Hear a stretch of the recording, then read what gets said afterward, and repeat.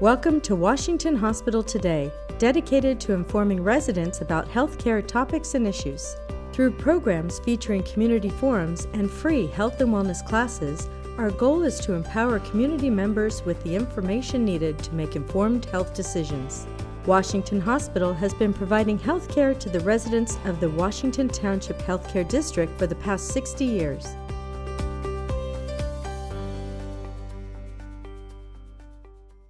Today's presenters are Dr. Victoria Leiphart and Michele Wms-Smith. Dr. Leiphart is board certified in obstetrics and gynecology and a member of the Washington Township Medical Foundation. Michele Wms-Smith is a family advocate with the Family Education and Resource Center. Hello, everyone. Thanks for coming out this evening. You may wonder why a gynecologist is talking about depression and anxiety since I am not a psychiatrist. I'm going to touch briefly on medication management for depression and anxiety, but mostly I'm going to be talking about alternatives to medication. It's a question that I get asked a lot by patients, and I have a special interest in lifestyle medicine, which is using nutrition and exercise and stress management to prevent and treat disease. So I'm going to be focusing on that this evening. Depression and anxiety are incredibly common.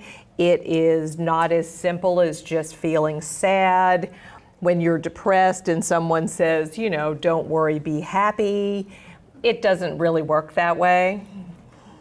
People with a depressed mood don't always just feel sad. We think of depression as an overwhelming sense of sadness that is present all the time. But in fact, most people who are depressed have their predominant sensation is a feeling of emptiness, a lack of pleasure or enjoyment in their normal activities. They may feel anxious, they may feel hopeless, they may feel worthless, they may feel guilty or irritable or angry. As I said, the loss of interest in previously pleasurable activities is a hallmark symptom of depression, and people oftentimes have changes in their appetite. Some people are stress eaters, some people stop eating. Some people have trouble concentrating. You can have insomnia, you can have excessive sleepiness, and a lot of people will have physical symptoms with their depression. They will have digestive problems, headaches, body aches, and it presents as many symptoms. It's a large segment of the population. 17% of the population suffers from depression. A third of women will have depression at some point in their lives. The top gives you the prevalence by age of depression, and as you can see, it kind of peaks in middle age in people who are over 40. And as you can see, it's much more prevalent in women than it is for men. The bottom section of the slide is how well drugs work compared to placebos.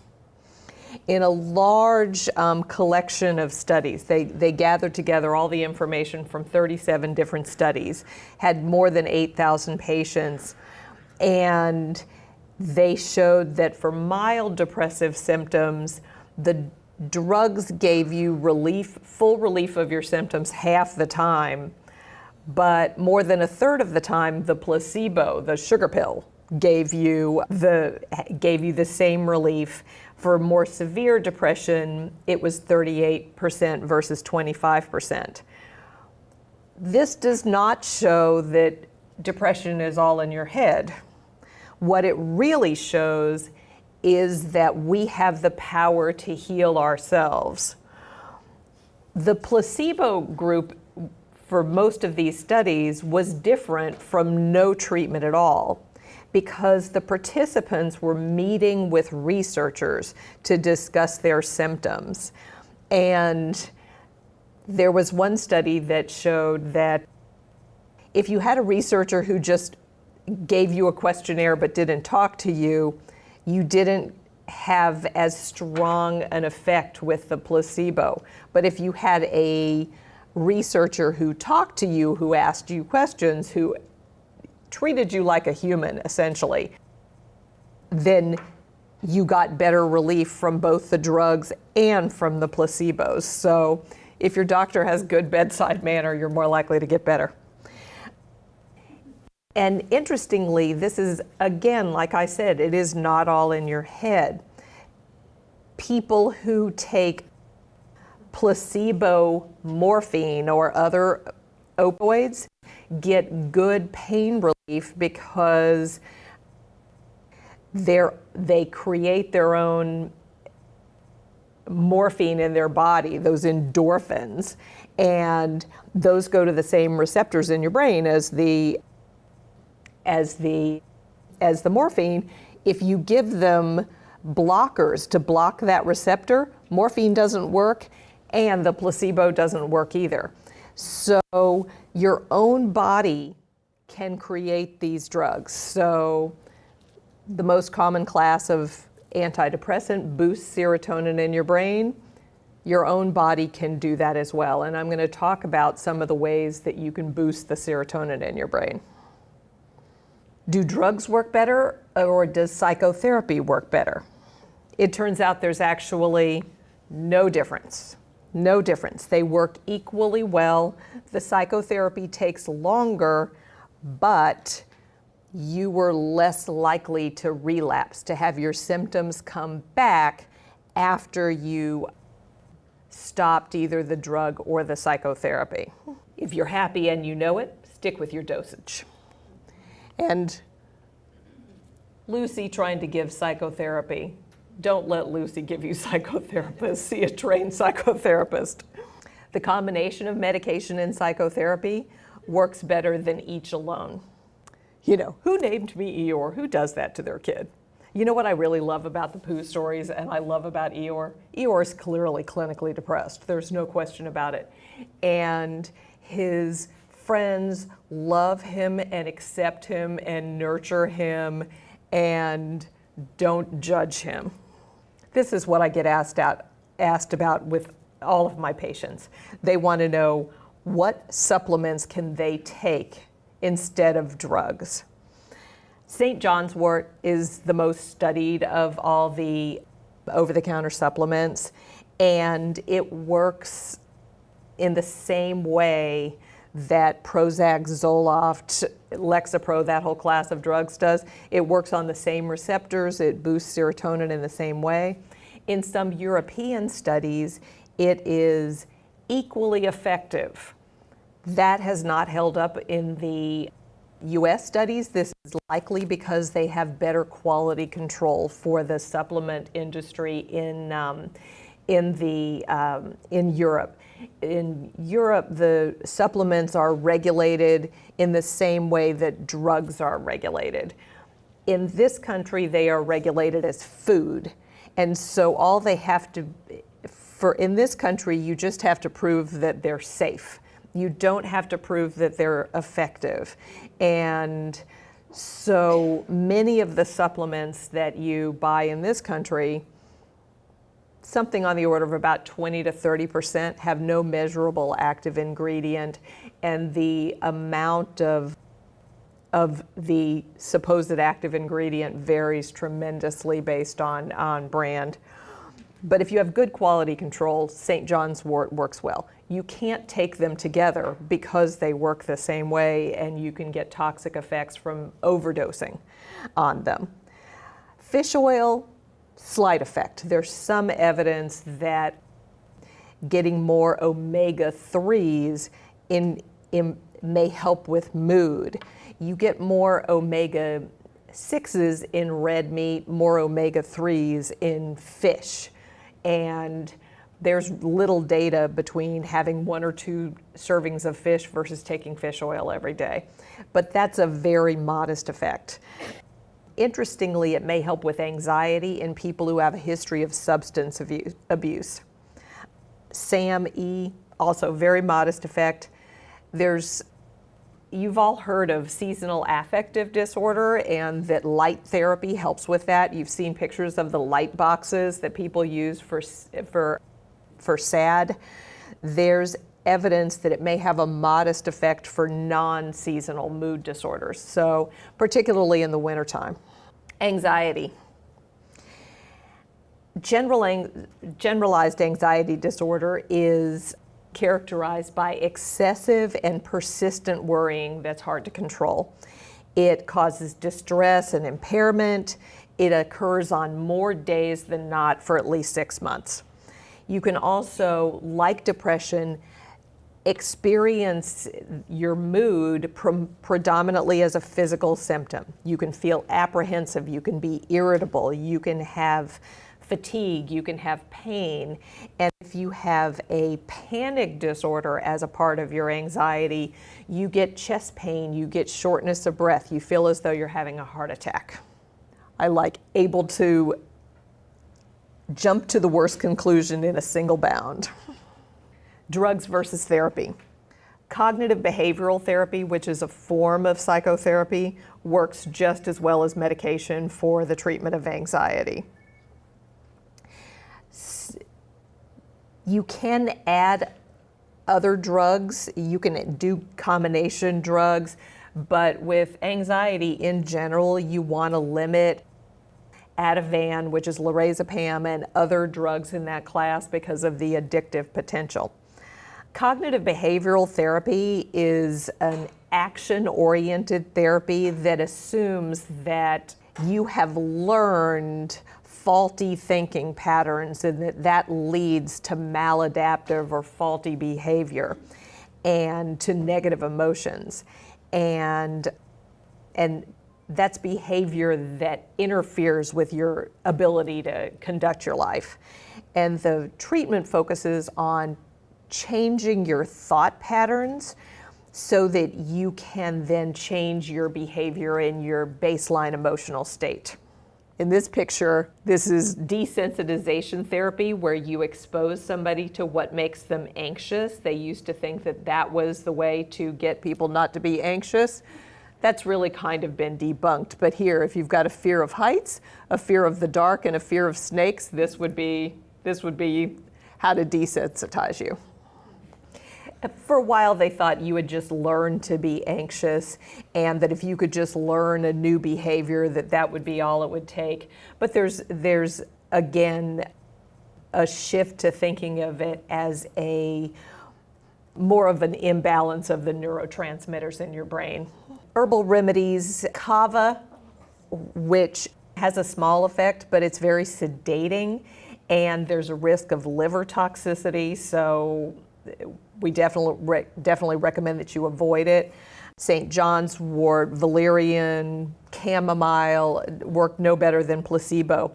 Interestingly, if you add zinc supplements to Prozac, it works better for OCD than Prozac alone. And if you add vitamins A, C, and E to Ativan, lorazepam, it works better for anxiety than Ativan alone. It's been clearly demonstrated that people who are anxious have lower levels of B vitamins and vitamin D in their bloodstream. There is absolutely no data that giving them supplements and replacing those levels to normal treat their anxiety. I'm going to mention this just very briefly. There are a couple of techniques that are FDA approved for the treatment of depression.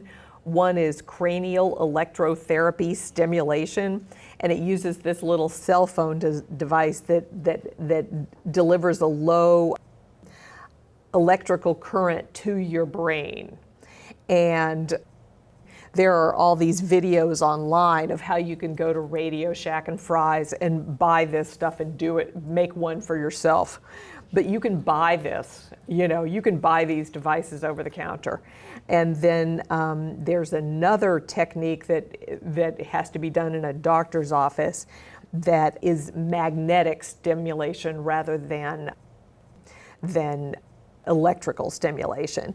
And there's not much data on these. They're both FDA approved, but there's There is very little in the way of clinical trials for these. This is what I really want to talk about. Exercise. It is the single best thing you can do to treat anxiety and depression. The absolute best thing you can do. If you're exercising, there was a big study in Germany where they had people do 2 yoga classes a week for 3 months. And they saw a 30% reduction in anxiety and a 50% reduction in depression. And mood elevation is dose related. If you exercise more, you get a greater mood effect. You also can note a mood effect with as little as 10 minutes of exercise a day.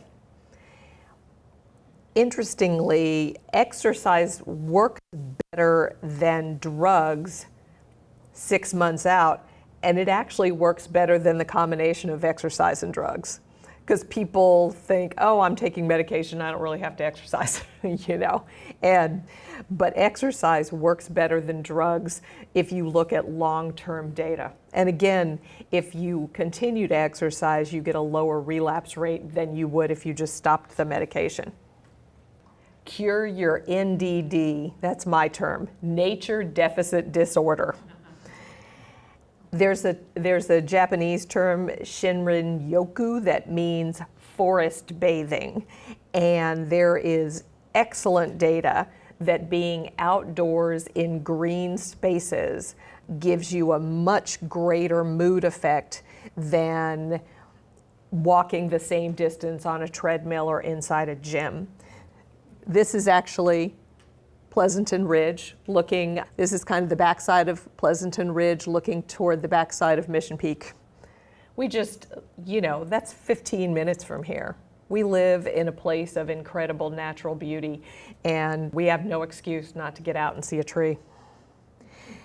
There was a New Zealand study that showed that for every 1% increase in green space in a community, that's within 2 miles of your home, if you look at the whole community population, you get a 4% lower prevalence of anxiety and mood disorders, which is really kind of an amazing idea, that if you just plant more trees, if you have more parks, if you have more green spaces, that you can improve the health of not just one individual, but of your entire community. You can reduce the rate of depression and anxiety within your entire community. There's a lot of data for other exposure to natural light, to green spaces. If you're a hospitalized patient and you have a window in your room, you are discharged from the hospital faster and you need less pain medication. If you are an office worker and you have a window in your office, you're more productive. There's less aggressive behavior if you're exposed to green spaces and to natural light. There's even some evidence that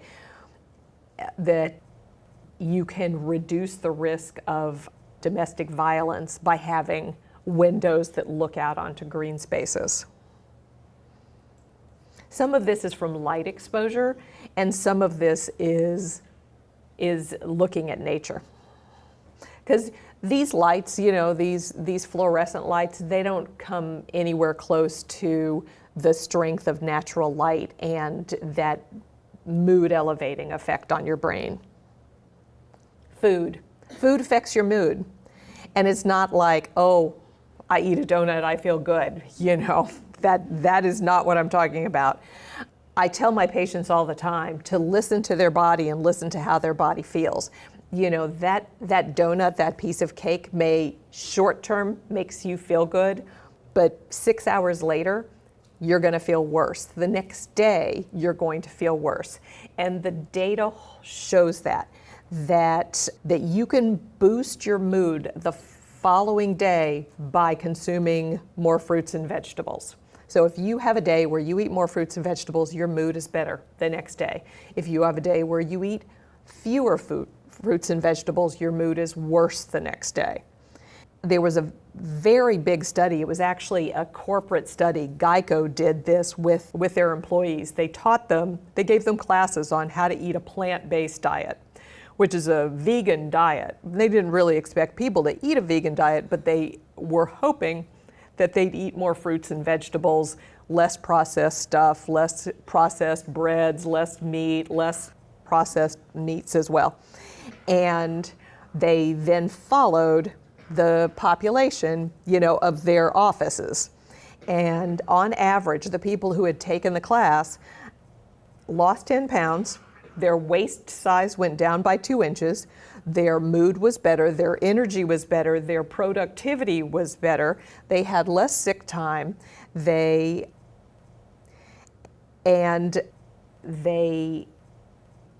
were just better employees. And so the corporate world is starting to get wind of this.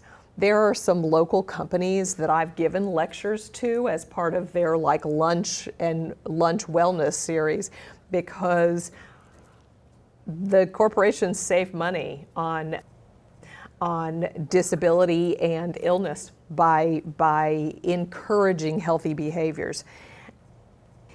Another study had participants increase their vegetable consumption by 3 servings of vegetables a week. And they found that reduced the risk of depression by 60%, 60%. And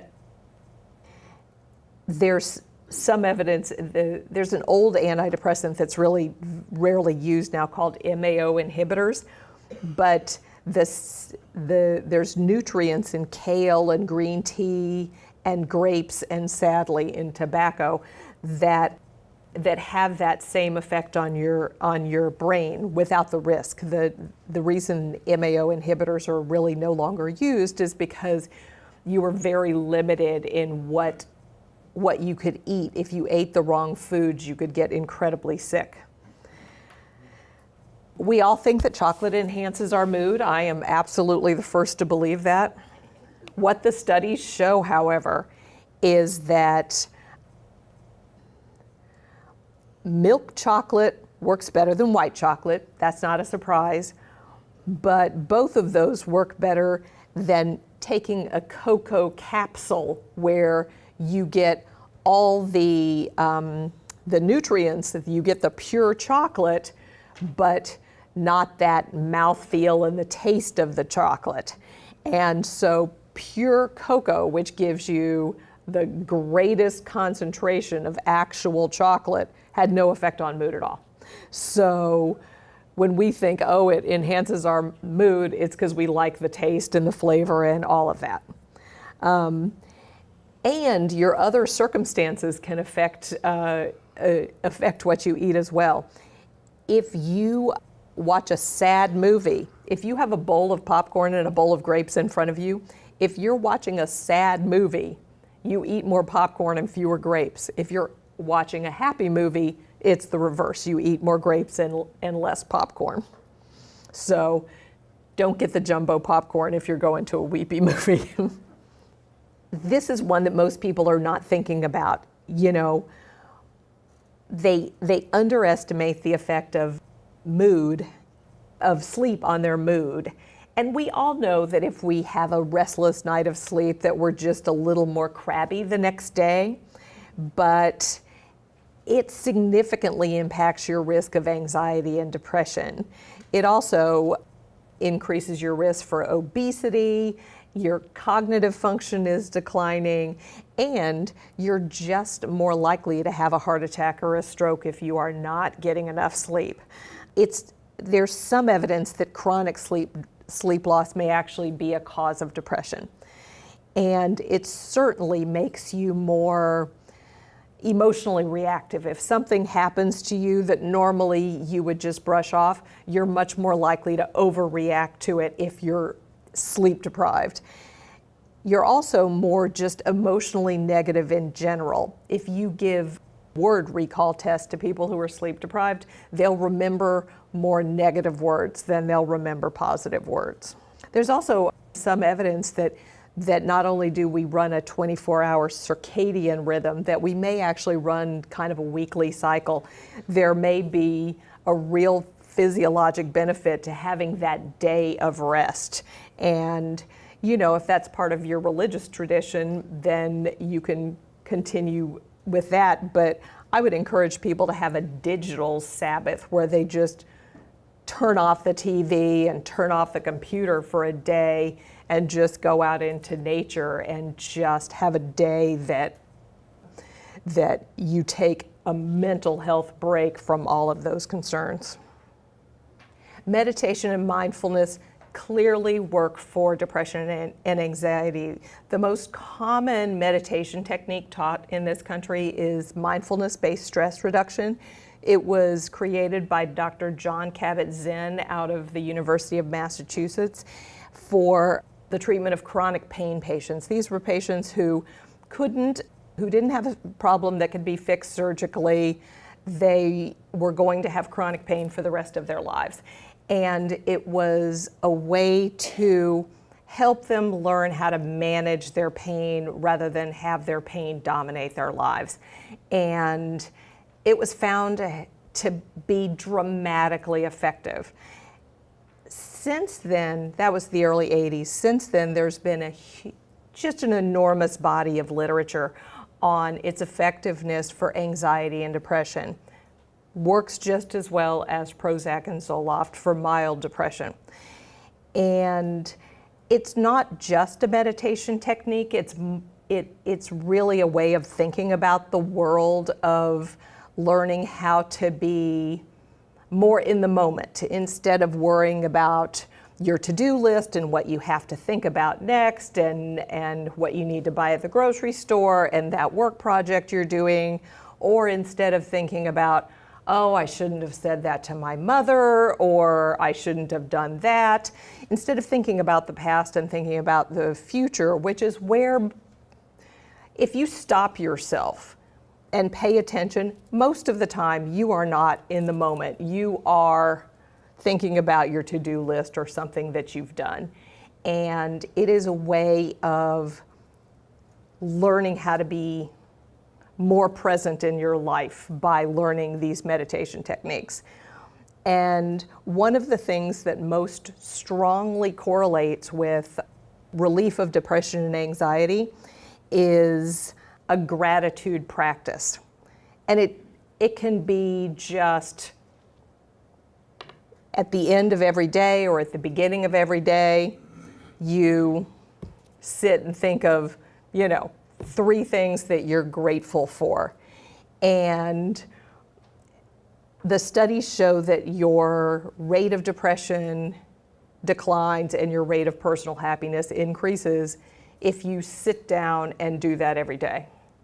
And you can do that through the day. You can just take a moment to be present. Like, for example, my girlfriend loves to hike the Pleasanton Ridge with me because I just stop in the middle of the trail and I say, look at the light filtering through and look at the contrast of the blue against the dark branches. And she's like, oh, I didn't even notice that. I didn't even look up. But it's a way to be present and to be grateful that we have the opportunity to be out in the woods, that we live in a place of such natural beauty. And it's interesting. I was hiking Mission Peak with a girlfriend today, and just as we got to the last 100 feet of the hike, she says, oh, I'm already thinking now about what I have to do. And then she smiled and she said, but for most of the hike, I was able to let that go. But now that we're, 100 feet from the car, I'm thinking about all the chores that I have to do. I said, yep, I just kicked into the same mode as soon as we got to that where we could see the gate to the car. We both shifted into the planning mode for what we were going to do for the day. But we had been able to kind of let that go on the hike. But it's interesting. When you do this more regularly, you actually feel your brain shift gears. Volunteer. This is not something that you think I'm going to tell you to treat your depression and anxiety, but it turns out that doing good is actually good for you. Some people even describe volunteering as enlightened self-interest as opposed to self-sacrifice, which is how you typically think of volunteering, because it confers so much reward to the giver. To the person who's volunteering, the rewards are great. You have greater personal happiness, you have better health, you even live longer. And there's a positive psychology researcher who talks about, reframing things to think positively, having a gratitude practice. But he says that doing a kindness produces the single most reliable increase in well-being of any exercise tested. So volunteering works better than drugs, exercise, sleep, food. There's some evidence that doing good is good for your mental and your physical health. People who volunteer once a week, volunteering once a week increases your happiness the same amount as moving from an income of less than $20,000 to more than $75,000. So going from poverty to the middle class, volunteering is just as effective as that for how it contributes to your sense of well-being. And my final slide is, better living through chemistry. But you can boost your neurotransmitters with something other than Ativan or Prozac. You can boost it with meditation. You can boost it with kale. You can boost it with volunteering. You can boost it with walking outdoors. There are plenty of ways that you can alter your brain chemistry. Your body has the capacity to heal itself if you give it the opportunity. Questions, thoughts?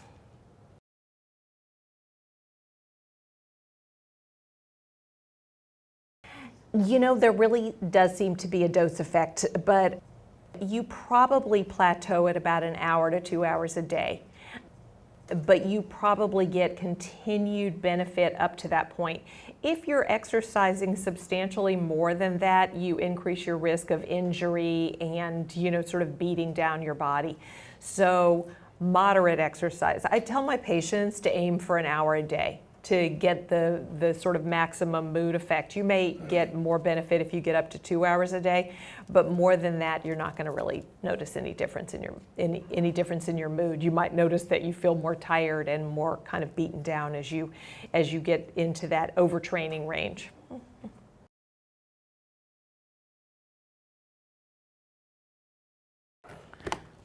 So good evening, everybody. Okay. Oh boy. Oof. Let's try that one more time. Good evening. Good evening. Okay, let's take a nice big breath. Hold it for a second and then just let it out. Let's try that one more time for me. Thank you for letting me help me de-stress right now. So thank you. I want to thank everybody for sharing their time with me this evening.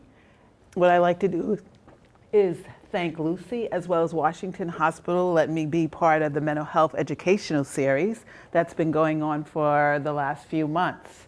So there's been a lot of information given about mental health, and what I would like to do is today as well as May 17th is to kind of sum up and say, where can you find some of that information?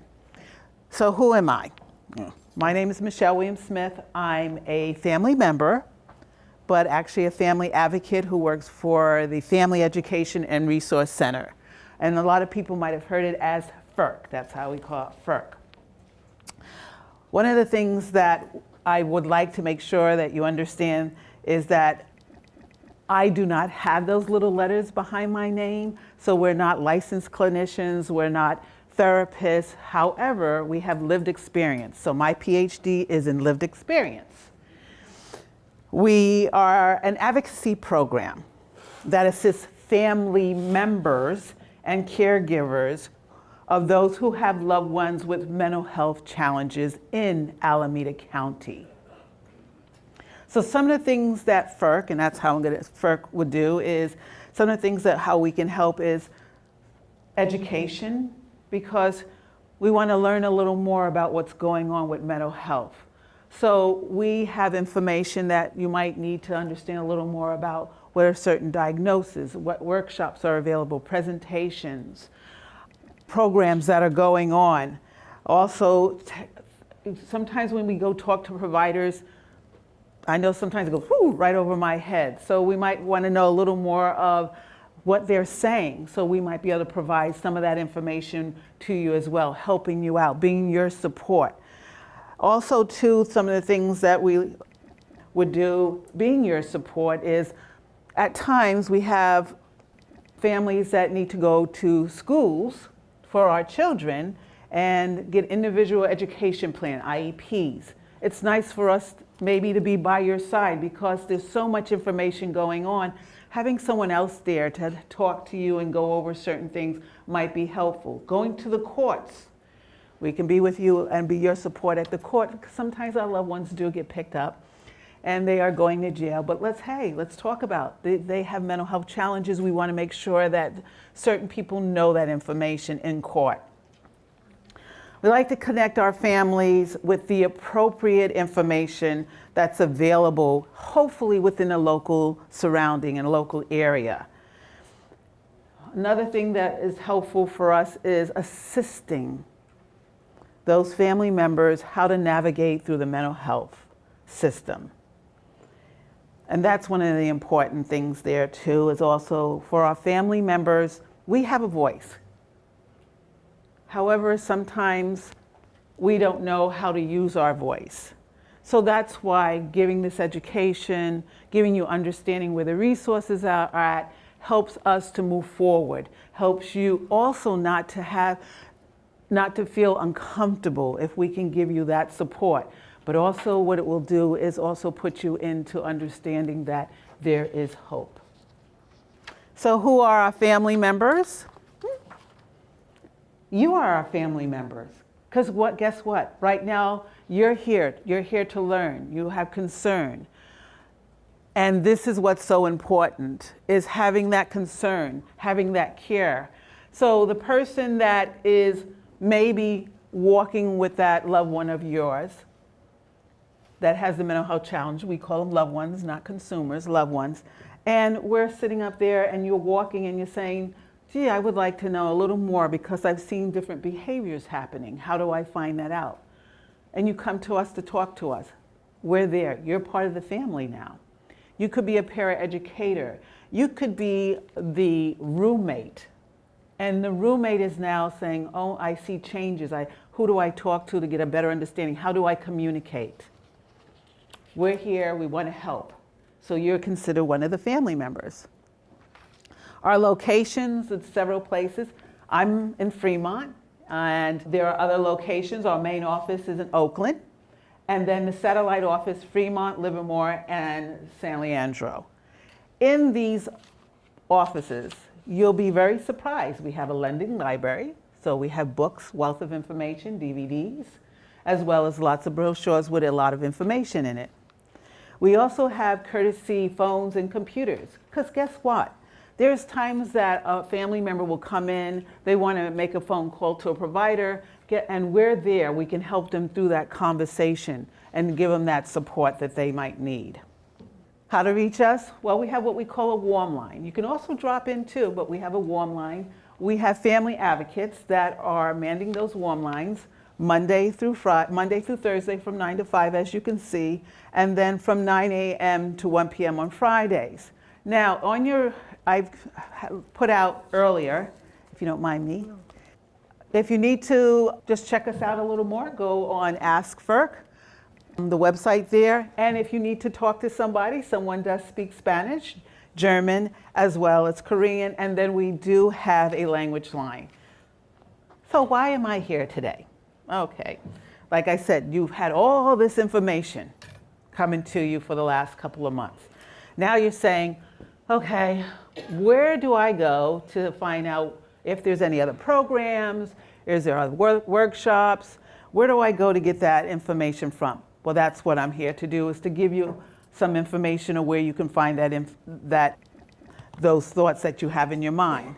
But one thing I do want you to think about is, at this moment, is sometimes with all the information that you receive, lots of our family members as well as our loved ones, we think about from here down that, well, these are the things that need to get fixed, because I can see that something's wrong here or here, but here I don't see that.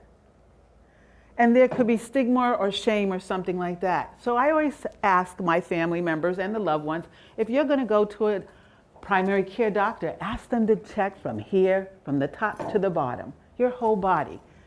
Because guess what? Your head is attached to the rest of your body. We tend to forget that.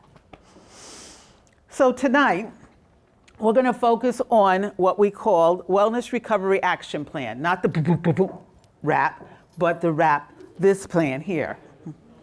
I like to ask everybody right now, tell me, how many of you, with a show of hands, always feel good?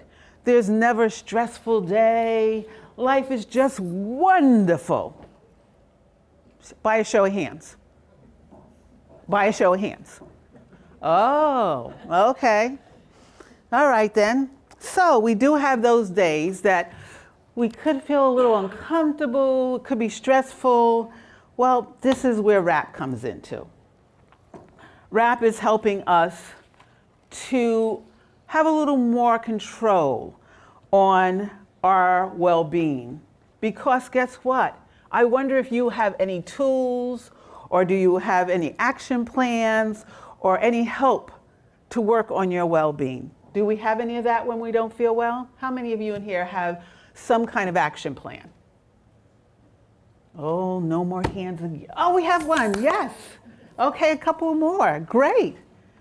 So maybe I can either give you some more information on this, or you might be even able to give me some information. So let's talk about WRAP.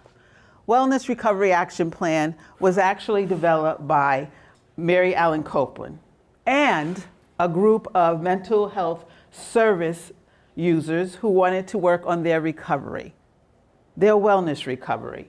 And this is basically what they came up with that helped them. In 2010, WRAP was also recognized by the United States Substance Abuse and Mental Health Service Administration, SAMHSA, as an evidence-based practice used worldwide. And that's for people that were dealing not only with mental health, but general health as well. And you'll also notice that the National Registry of Evidence-Based Program and Practice is also part of giving that information and saying that we're recognizing what WRAP is about. This plan helps you. Again, this plan is helping you feel prepared and control when you find yourself in a crisis or in stress. But this plan is for everybody. Now, you'll notice that I kind of made it bold when it says you, because guess what? It's all about you. So it's telling you, hey, this is to help you monitor yourself. This is also helping you when you're going through your stress. This is also helping you to utilize your coping strategies and your wellness too. So it's about you. This is for you. It's not what someone else thinks you should do. It's about how you can work on your plan. Only one person can write your WRAP program, and that's you, because guess what? You're the expert of yourself. Correct? You know about you, right? So to write this plan up, there's all kind of things that you can use. You can actually have a workbook when you do go through the program. We give you a workbook and we give you information so you can start writing your plan out. Sorry about that. Also, too, you can also use your computer to put the information in. Or when we give you your books, they also have spots in there where you can actually also work on your plan. we need to think about this though. Our bodies change, our lives change, so most likely the preparation of our wrap will change as well. So you need to have it somewhere where you can make those changes. So as we develop our wrap, it can be a practical support for your well-being. It is designed as an aid for learning about yourself, what helps you, or maybe what doesn't help. It also helps you with information on how to guide other people that can help you when you're not doing well. How do you share that information? So let's get started with wrap. Let's start it off right now. So in the beginning, we need to know about what is recovery all about. There's five key concepts for recovery. So I'm going to talk about me right now. And let's see if you can figure out what those recoveries are. So my recovery, I hope that what I want to see is a forward movement in my recovery, in my healing. However, I understand that I might need to take personal responsibility for me to heal, for me to move forward. That's really important. So I might have to listen to what that doctor said. I might have to go exercise. I might have to take this type of medication. But I have to take that responsibility to do those things. But I also want to make sure that I'm understanding what that doctor is telling me to do, or what that medication is about, what the side effects are. Why am I aching? So I want to educate myself on that, because there could be treatments that I might choose that I might want to do it a little different. Or is there other medication or other exercises that I can do? So guess what? I might have to go self-advocate and talk to the doctor. Oh goodness, so I have to get the strength up, and I have to learn how to self-advocate to help myself. But I guess what? I have friends and family around to support me, to give me that support, that will give me that strength, and also help me in my hope, in my recovery. So let's think about it. It was hope is one of the keys. It was personal responsibility. It was self-advocating, and also it was, what did I miss? Support. And so I got 5, right? So we have hope, personal responsibility, education, self-advocacy, and support. That's for recovery. Okay, so let's start working on our wrap. Let's start beginning our wrap with our wellness tool. We need to identify in our lives what tools will make me feel good. Hopefully it's simple, hopefully it's free, hopefully it's easy for that. So, if I'm not feeling well, what do I have in my toolbox? Let's work on our toolbox right now. So for me, in my wellness toolbox for my day-to-day, to try to de-stress myself, one of the things that I seem to love to have is a cup of tea. And one of the agencies that are near my office, the mom gives a thermos to one of the young ladies of tea. But the tea, for some reason, has this great aroma in it that smells with spices and love, or whatever it is, but the tea is yummy. So what happens is I will get a little message saying, do you want tea? Now I know my energy is high in the morning time. So I know it's going to be low, starting to be unfocused in the afternoon. Plus, I probably haven't really gotten up and moved around as much as I should have. So having a cup of tea is something that makes me get up and have to go over there to have the cup of tea. Now, I get some pluses with me going and getting my tea because the door opens up and everybody's smiling and they're happy. And then they say, will you like to join me? That is my toolbox for when I'm at work. I put that in my toolbox. So if I'm not having a good day and I see that little, would you like to join for tea? That boosts up my day. That makes me happy. So there could be other things that you like. You might want to go for a walk. You might do, as the doctor said earlier, go for a jog or meditation, things of that could help. So let's move on, because we're writing up our plan right now. And most of the things that you're doing is you're making a list. So daily maintenance plan. So the daily maintenance plan. Describe myself when I'm doing well. Put a list down. Well, I think I'm usually calm. I think I'm a little focused. I'm probably happier. That's how I feel. So I'll jot it down. Now you want me to do something else. How and what can I write for a list for my everyday maintenance, daily maintenance plan? How can I help myself feel good? What do I do day to day?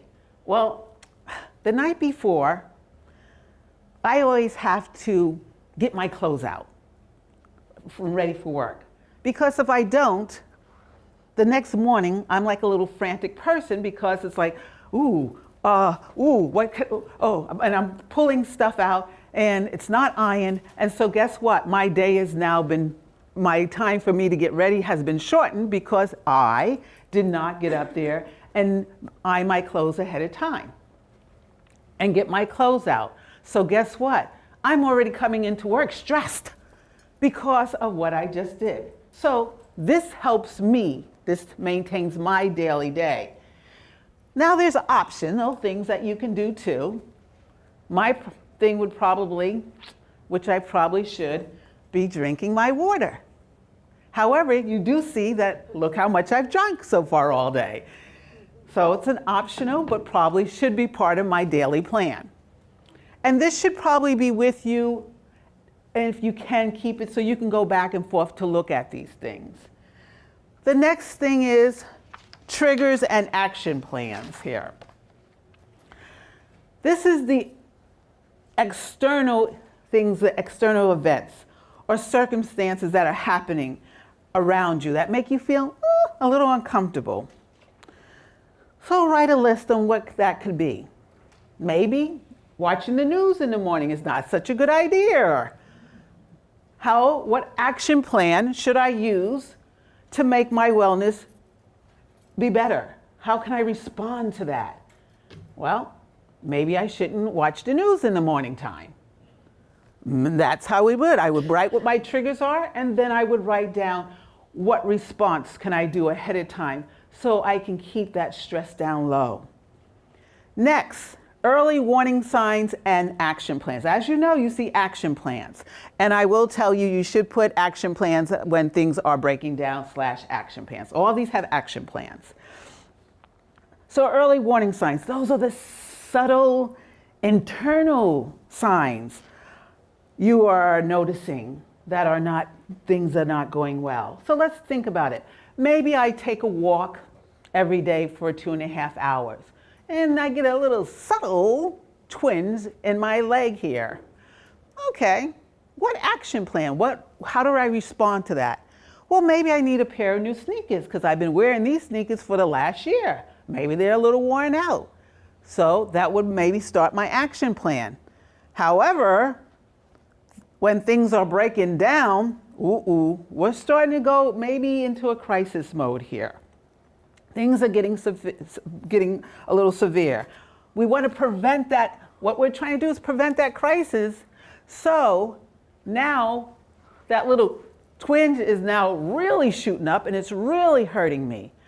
What action plan do you think I should go ahead and do? It might be nice for me to go to a doctor before it gets worse until I get things into a crisis plan here and things are more severe. So I will have to put up on my action plan there, hello, time for you to go to the doctor. The next thing is crisis planning. despite everything that I did, we're in a crisis situation now. I tried my best, but it just happens at times. So what does this mean? This means here, the crisis plan is a need for other people to help me with some of my responsibilities and some of my care, and maybe my decision makings. When do I write this crisis plan up? When do you think I should write it? When I'm already in the crisis or before? This crisis plan has 9 parts to it, so it's going to take you a little time.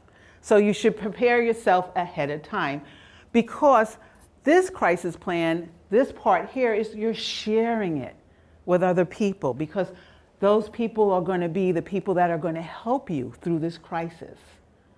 So let's start with what some of the things are. First of all, you need to know how I am when I'm feeling well. You know, you need to say, okay, well, this is how I look when I'm feeling well. You usually see me, I'm bubbly, or I'm pretty calm, I'm focused, I'm not sleepy or tired, and you write that list down because you want that person to see, okay, this is usually how that person is in case things start to change. Then you have signs that I'm not doing well and I need a supporter now. Someone might have to take over because I'm not doing well, because guess what? We're going into a crisis here. So how does that look? Maybe I'm starting to isolate myself. Maybe I'm getting depressed. I hurt my leg so bad now, I can't get up and run and do all that exercising like the doctor says to keep everything going. So now I'm starting to get a little depressed. Who are my supporters? This is an important one. This makes you really sit down and think, who is around to support me? Who's able to, where I can trust them to do certain things? That can be, and also let's think about a supportive person or any of these things. Either I want that person or I want to avoid that thing, okay? So Aunt Susie May makes a lasagna that is, not one of my comfort things for her to bring. But Aunt Josephine, she brings me something that is so yummy. So one of my supporters for my comfort level will be Aunt Josephine, and I will let her know that because she knows how to bring my spirits up, because she knows what kind of food to bring for me. Next thing is medication. Let's think about medication. What medication is helpful to me? And maybe I also know what medications did a bad reaction to me as well. Maybe I'm allergic to certain things. This should be in my crisis books so we understand in the future that we don't have any bad reactions later on. Alternative treatment. Maybe me sitting down and sewing for an hour helps me out. Maybe one-on-one coaching helps me out, but there's some alternative treatment to help me move forward. My home and community. Do I want to stay within my community and within my home? Or is there a place that respite that I might like to go to? Treatment facilities. Which one would I like? There's some places are okay. Other places, take me off that list. I don't want to go there. Once again, these things are being written down. So whoever is helping me through my crisis will be able to see these things. Again, help from others. Let's think about it. There's times when things happen that just happen. Okay? Are you prepared? Is there someone around you that you might be able to get up there and say, go get my checkbook and come and you can write out a check for me and I can sign it? Or is it to the point where I can't do that and financially this person would be able to do it for you, knowing that I will pay them back? Think about these things. These are real important. How about the person that's coming to straighten up your house? You have things the way you like them. I don't want someone else coming in and just change the whole place. And then when I'm feeling better, I come down and go, oh no, and I'm not feeling good anymore because the whole house has been changed up on me. But someone that's coming in, who can feed the dog? The dog likes certain people. We have to, and then again, who's that person? The next thing is signs that my support, I don't need those supports anymore. They're starting to less. I'm getting better. Yay.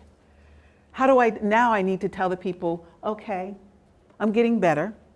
So I can tell who, and who, this is how I look when I'm getting better. Remember before, how do I look when I get better? So they can start pulling back.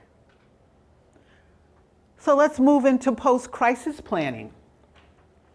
Healing. I'm starting to heal. Yay.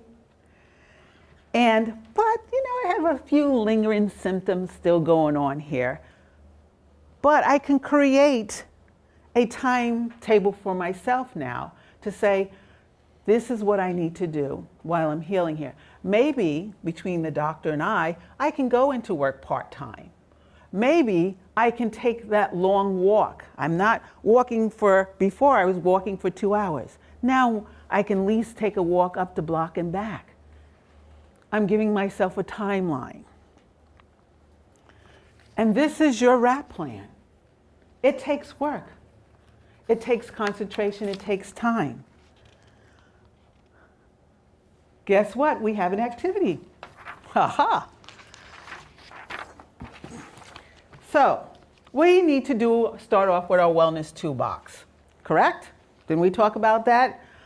Okay. The first step in developing our own wellness recovery action plan is to develop our wellness toolbox. And hopefully it's simple, safe, and free. This is for you. I want you to remember that. The items are things you do to keep yourself well and things that you do to keep yourself feeling better. So, I was walking around making sure everybody had these little orange things here. This is a mini me, okay? Wellness Recovery Action Plan list that you can have. This is for us to keep. So let's get started here. As you notice, when you see yours, it will say number 1, Wellness Toolbox. But it goes through everything we just talked about as well. So let's talk about some of the books that Mary Ellen Copeland has written. Mary Ellen Copeland, I should say. Her original book, as I said, started out for mental health. We have also one in Spanish. There's also, the youth want their own. Okay, so the youth have theirs. We have one for vets, and we also have one for families. There are more. There's one for kids. So Mary Ellen Copeland has a lot of things, a lot of books that are written, and she's talked to other members that are going through different types of situations. And then she has designed that book or that information for what's going on with that person or with a lot of people. Where can we get the resources at? Here you go. And that's also in your paper that you have there. There's even an app now that you have. So there's an app. You can go to there. And also we talked about if you wanted to get more information on the evidence base, the last one here, you can go find that. But you can go and get that information. There are workshops around that you can check on one of the websites would tell you where you can find a facilitator, someone can come and do a group thing. We're working on one to do for FERC, where I work with family members. And we'll do one, and it's usually for about 8 weeks that we do it. Some are ongoing, so that's just something for you to now kind of see. Any other questions? No? Okay, well that Thank concludes you. our program for this evening. Thank you very much.